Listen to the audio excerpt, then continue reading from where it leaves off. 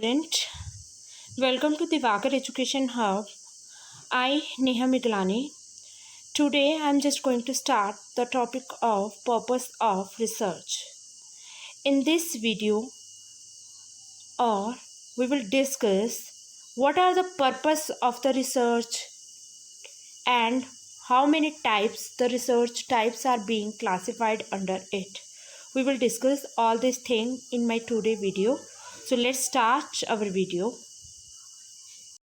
Starting my videos, I just want to say that just get enrolled yourself in the Vagar Education Hub and you can get most reliable data for your net preparation on the topics or on the subjects on commerce, management, education, HRM, economics, English, home science, law, psychology, environmental science, computer application, library science, political science, sociology, philosophy, physical education.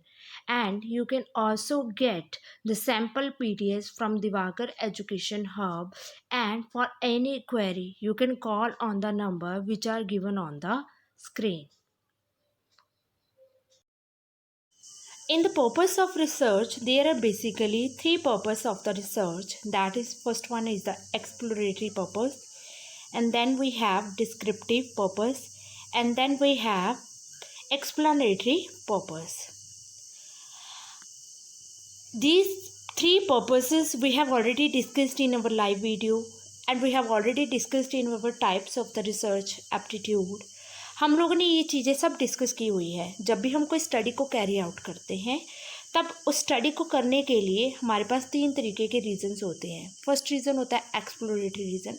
ये हम पे depend करता है कि हम लोग जब एक प्रॉब्लम को आइडेंटिफाई कर रहे हैं, उनको हम एक रिसर्च के टॉपिक में कंसीडर करके चल रहे हैं, तो हमने उसको किस पर्पस के लिए यूज़ करना है. एक्सप्लोरेटरी पर्पस के लिए हमने उसको यूज़ करना है, डिस्क्रिप्टिव पर्पस के लिए उसको हमने यूज़ करना है, या एक्सप्लेनेटरी पर्पस के लिए हमने उसको यूज़ करना है. ये सिर्फ उन चीज़ों के लिए हम डिस्कस कर रहे हैं जब हम कोई सोशल स्टडी कर रहे हैं, कोई किसी के पर्सन के ह्यूमन बिहेवियर को जज कर रहे हैं, या फिर हम किसी कोई सोशल साइंस को लेके चल रहे हैं.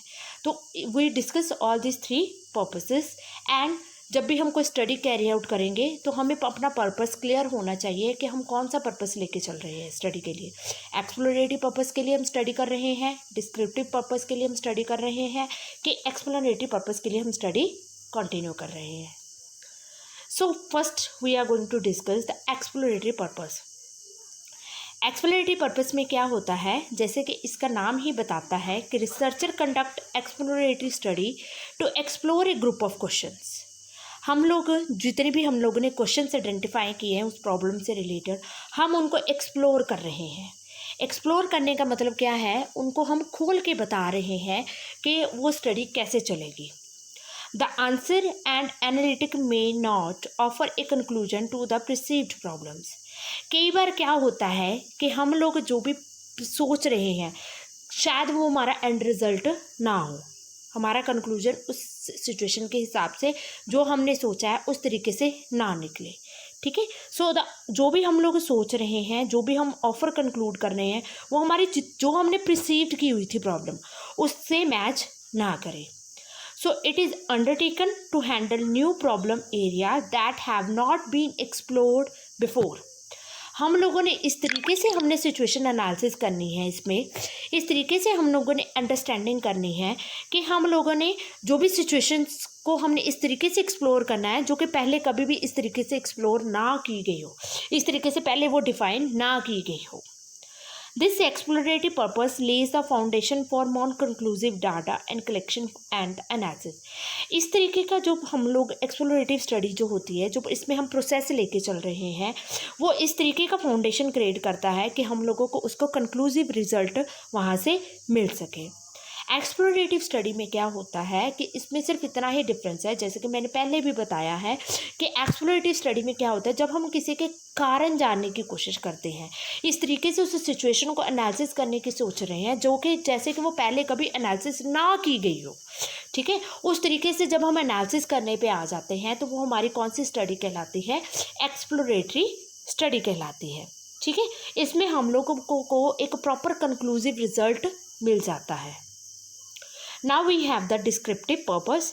डिस्क्रिप्टिव पर्पस में क्या होता है, it focus on expanding knowledge on current issues through a process of data collection. इसमें सिर्फ यही हमारा मेन मकसद होता है कि हम लोगों ने नॉलेज एक्सपैंड करनी है उस पर्टिकुलर सिचुएशन से रिलेटेड, क्या हुआ है, कैसे हुआ है, इस तरीके को हम एनालिसिस करते हैं, ठीक है। बट किस तरीके से हम करेंगे, उस करंट इश्यूज़ को हम लोग एनालिसिस करेंगे और डाटा कलेक्शन जो भी हम मेथड यूज़ कर रहे हैं उसके थ्रू हम उसको एनालिसिस करेंगे। Descriptive study describe the behaviour of sample population. Descriptive study क्या होती है, सिर्फ एक पॉपुलेशन के बिहेवियर को एक्सपैंड करती है, पॉपुलेशन के बिहेवियर को बताती है कि वो उनका बिहेवियर किस तरीके से है। Only one variable is required to conduct the study. इस तरीके की स्टडी को कंडक्ट करने के लिए हमें सिर्फ एक ही वेरिएबल की ज़रूरत होती है, क्योंकि हम इसमें कोई भी कंपैरिजन नहीं करते हैं, सिर्फ उस सिचुएशन को डिस्क्राइब करने की कोशिश हम करते हैं। So we required only one variable in this type of study. And the three primary purpose of the descriptive studies are, इसमें तीन हमारे प्राइमरी पर्पस होते हैं स्टडी को कंडक्ट करने के लिए। First in describe the particular situation, क्या हुआ है, ठीक है, क्या रीजंस नहीं जानने हैं इसमें, सिर्फ हमने यही देखना है क्या हुआ है, कैसे हुआ है, कितनी इंजरीज हुई है, कितना इफेक्ट पड़ा है पॉपुलेशन के ऊपर।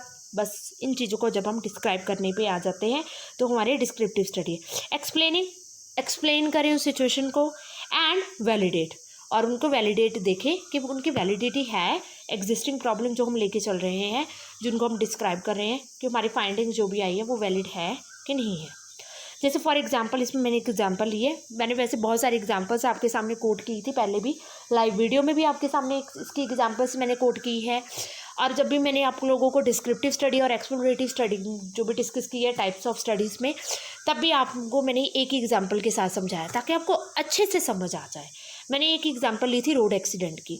रोड एक्सीडेंट के जब हम कारण जानने की कोशिश करेंगे तब वो हमारी एक्सप्लोरेटिव स्टडी कहलाती है। बट जब हम सिर्फ उस सिचुएशन को डिस्क्राइब करते हैं, कोई भी और चीज़ों को डिफाइन नहीं करते हैं, सिर्फ नो रीज़न नो कंक्लूजन जब हम लेके चलते हैं, तब हमारी वो डिस्क्रिप्टिव स्टडी का पार्ट हो जाता है।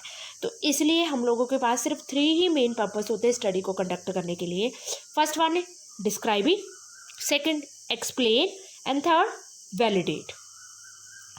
सो जैसे अब हमारे पास एक और एग्जांपल है, study conducted to know if top level management leaders in the 21st century possess the moral right to receive a considerable sum of the money from the company profit।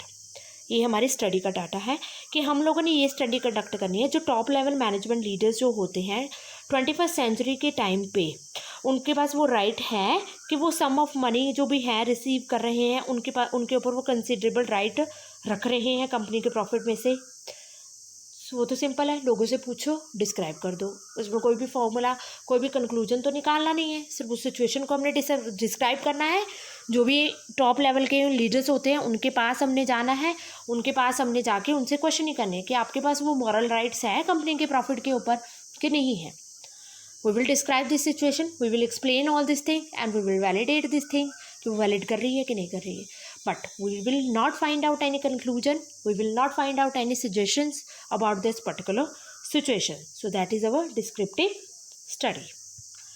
So now come to the explanative study. Explanative study क्या होता है? Causal, इसको हम causal study भी कहते हैं, causal, ठीक है। और explanative research is conducted to understand the impact of specific change in existing standard procedures. Explorative study में क्या होता है कि इस तरीके की स्टडी होती है जिसमें हम क्या करना है, अंडरस्टैंड करना है जो भी एग्जिस्टिंग लेवल पे जो चेंज आए हैं, एग्जिस्टिंग प्रोसीजर्स में जो चेंजेस आए हैं, उनको हमने देखना है, उनको अंडरस्टैंड करना है कि उनका कितना इम्पैक्ट रहा है। सो running experiment is most popular form. इसमें हम लोगों ने एक्सपेरिमेंट्स लेके चल रहे हैं, लाइक आपके जो भी आपके साइंटिफिक स्टडीज़ होती है, अप्लाइड, बेसिक, आपकी इथनोग्राफिक, आपकी कोरिलेशन स्टडीज़, ये सारी आपकी एक्सप्लोरेटिव का पार्ट बन जाती है, ठीक है। सो running experiment is most popular form. इसमें आप लोगों ने एक्सपेरिमेंट कंडक्ट करने होते हैं एक पर्टिकुलर सैंपल्स के ऊपर। जैसे for example the study that is conducted to understand the effect of rebranding on customer loyalty. जैसे इसमें हम लोगों ने स्टडी करनी है कि अंडरस्टैंड करना है कि रीब्रांडिंग जब हम करते हैं, रीब्रांडिंग जब हम प्रोडक्ट की करते हैं तो कस्टमर कितने लॉयल होते हैं हमारे प्रोडक्ट की तरफ। तो वो तो हमारा एक एक्सपेरिमेंटल स्टडी होगा, क्योंकि हम इसमें कुछ एक्सपेरिमेंट करके चल रहे हैं, ठीक है। तो ये जब हम कोई एक्सपेरिमेंट करने पे आ जाते हैं तब हम कुछ कंक्लूजन निकालते हैं, तो वो हमारी एक्सप्लोरेटरी स्टडी होती है। बट जब हम किसी सिचुएशन को एक्सप्लोर करते हैं, उनके सजेशंस, उनके कारण जानने की सिचुएशन हैपन हो चुकी है, डिस्क्रिप्टिव में भी एक्सप्लोरेटिव में भी, बट जब हम उसके सजेशन, उनके कंक्लूजन निकालने की कोशिश करते हैं तो वो हमारी एक्सप्लोरेटिव का पार्ट है। बट जब हम सिर्फ उस सिचुएशन को एक्सप्लेन करते हैं तो वो हमारी एक्सप्लोरेटरी का पार्ट है। पर जब हम किसी चीज़ को करना है, उसके लिए पहले से ही जब हम कोई एक्सपेरिमेंट कंडक्ट कर लेते हैं, तब वो हमारी कौन सी स्टडी होती है? एक्सप्लोरेटरी। इसमें हम लोग सैम्पल्स के ऊपर एक्सपेरिमेंट लेके चलते हैं कि इस सैम्पल्स के ऊपर हमें क्या रिजल्ट मिल रहा है, दूसरे सैम्पल के ऊपर हमें क्या रिजल्ट मिल रहा है और तीसरे सैम्पल के ऊपर हमें क्या रिजल्ट मिलेगा। So that are our 3 purposes and here is a comparative analysis for the better understanding. हम लोगों को बेटर अंडरस्टैंडिंग के लिए मैंने ये कंपैरेटिव एनालिसिस तीनों स्टडीज़ का किया है। जैसे मैंने इसमें स्टडी का पहली स्टडी है हमारी explorative study, then we have descriptive study and then we have explanatory study. इसमें अप्रोचेस क्या होते हैं? एक्सप्लोरेटरी एक अनस्ट्रक्चर्ड वे से हम काम करते हैं। ऑब्वियसली जब हम किसी चीज़ को कारण जानने की कोशिश करते हैं तो हमारी जो स्टडी का जो भी पर्पस होता है वो अनस्ट्रक्चर्ड होता है। हम अनस्ट्रक्चर्ड वे से काम करते हैं, कोई भी सिस्टमेटिक वे से हम काम नहीं करते इसमें। डिस्क्रिप्टिव में डिस्क्राइब करना है कुछ ना कुछ, ये तो है नहीं कि हम एंड वाली लाइन पहले लिख देंगे और फर्स्ट वाली लाइन बाद में लिखेंगे। तो जो भी काम होगा एक स्ट्रक्चर्ड वे से होगा। और एक्सप्लेनेटरी में तो हाईली स्ट्रक्चर्ड से काम करेंगे, क्योंकि हम लोगों ने तो एक्सपेरिमेंट कंडक्ट करने हैं। Clear? Next we have conducted through. हम लोग इसको कैसे कंडक्ट करते हैं? एक्सप्लोरेटरी रिसर्च को कंडक्ट करने के लिए हम लोगों से क्वेश्चंस पूछते हैं। ऑब्वियसली जैसे किसी का एक्सीडेंट हुआ है, जैसे मैं बहुत बार एग्जांपल ले चुकी हूँ, एक्सीडेंट अकर हुआ है, क्योंकि जब मैंने रिसर्च के टॉपिक्स को कंसीडर किया था तो मैं भी अपने टाइम पे मेरे टीचर्स ने मेरे पास सिर्फ यही एक एग्जांपल रखी थी, उसको अलग अलग पार्ट्स में उन्होंने डिवाइड करके बताया था कि इस तरीके से समझो। 10 एग्जाम्पल से इकट्ठी सुन के आपको कुछ समझ नहीं आएगा। एक ही एग्जाम्पल को जब आप समझोगे बार बार तो आपको और अंडरस्टैंडिंग होगी। तो वही मैं एग्जाम्पल लेके चल रही हूँ। एक्सीडेंट हुआ है, अब उसके कारण जानने हैं, कारण जानने के लिए तो क्वेश्चन पूछने पड़ेंगे ना। सो यू हैव द, आप लोग को इसको कैसे कंडक्ट करोगे? क्वेश्चन पूछोगे। डिस्क्रिप्टिव में भी आप लोग क्वेश्चन ही पूछोगे, क्योंकि लोगों से पूछोगे आपको कितना फील हो रहा है, आपकी कितनी इंजरी हुई है, कितना लॉस हुआ है, तो वो तो ऑब्वियसली आप लोग क्वेश्चन से ही करोगे। एक्सप्लेनेटरी, बट जब आप किसी के ऊपर एक्सपेरिमेंट कंडक्ट कर रहे हो, ठीक है, सैंपल्स के ऊपर, तब आपको हाइपोथेसिस फॉर्म्ड करने पड़ेंगे। मैंने आप लोगों को पहले ही बताया, जब भी हम रिसर्च कैरी आउट करते हैं तो रिसर्च कैरी आउट करने के टाइम पे आप हाइपोथेसिस बनाओ चाहे ना बनाओ, ये आप पे डिपेंड करता है। आपकी स्टडी बिना हाइपोथेसिस के भी बिना बन सकती है और आप हाइपोथेसिस लेके भी स्टडी कंडक्ट कर सकते हो। बट जब हमने टेस्टिंग करनी है, कुछ एक्सपेरिमेंट्स के ऊपर, सैंपल्स के ऊपर हमने एक्सपेरिमेंट करना है, तब हमें हाइपोथेसिस फॉर्म्ड करने पड़ेंगे। तो हमारे पर्पस क्या है? एक्सप्लोरेटरी है, डिस्क्रिप्टिव पर्पस है कि एक्सप्लोरेटरी हमारा पर्पस रहेगा, ठीक है। नेक्स्ट, टाइम, कितना टाइम लगेगा उन स्टडीज़ को कंडक्ट करने के लिए? सो एक्सप्लोरेटरी स्टडी को कंडक्ट करने के लिए आपके ऊपर डिपेंड करता है कि आप कितना डिसीजन मेकिंग, आपकी पावर कितनी अच्छी है। अगर आपकी डिसीजन मेकिंग पावर अच्छी है तो you will take the decision early. अगर आपकी डिसीजन मेकिंग पावर अच्छी नहीं है तो you will take more time to conduct this research. Then we have descriptive research. इसमें भी आप लोगों के डिसीजन मेकिंग पावर के ऊपर डिपेंड करता है कि आप कितना टाइम लेते हो। और एक्सप्लेनेटरी में भी आप डिसीजन आप पे ही डिपेंड करता है कि आप कितने सैंपल्स के ऊपर रिजल्ट एक्सपेरिमेंट करके चल रहे हो और रिजल्ट लेके आ रहे हो, ठीक है। So this is the comparative analysis of this all this 3 types, ठीक है। सो इस स्टडी को कंडक्ट करने के लिए अब हमने एक और चीज़ हमने डिस्कस करनी है, दैट इज़ अवर रिसर्च क्या होती है? Begin by asking the right question and choosing an appropriate method to investigate the problem. Research तभी स्टार्ट होगी जब आप एक राइट क्वेश्चन लेके चलोगे और राइट उसके लिए मेथड यूज़ करोगे और उस प्रॉब्लम को अच्छे से समझोगे। After collecting to your questions, आप लोगों ने जब भी जितने भी आंसर लिए उनको कलेक्ट करने के बाद अपने क्वेश्चन से रिलेटेड उनको एनालाइज करना, उनको फाइंडिंग ऑब्जर्वेशंस को अपने एक रीजनेबल कंक्लूजन में ड्रॉ करना होता है। So this is a part of the process of research.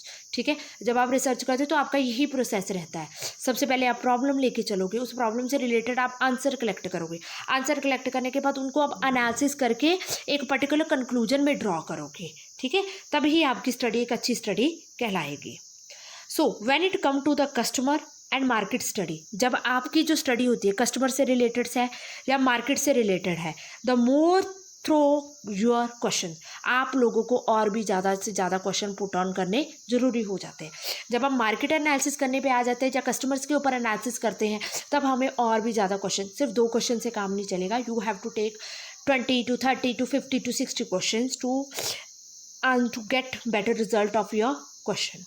So the more through your question, the better will be the analysis. जितने ज़्यादा आप क्वेश्चन लेके चलोगे उतनी ही आपकी एनालिसिस पावर बढ़ेगी।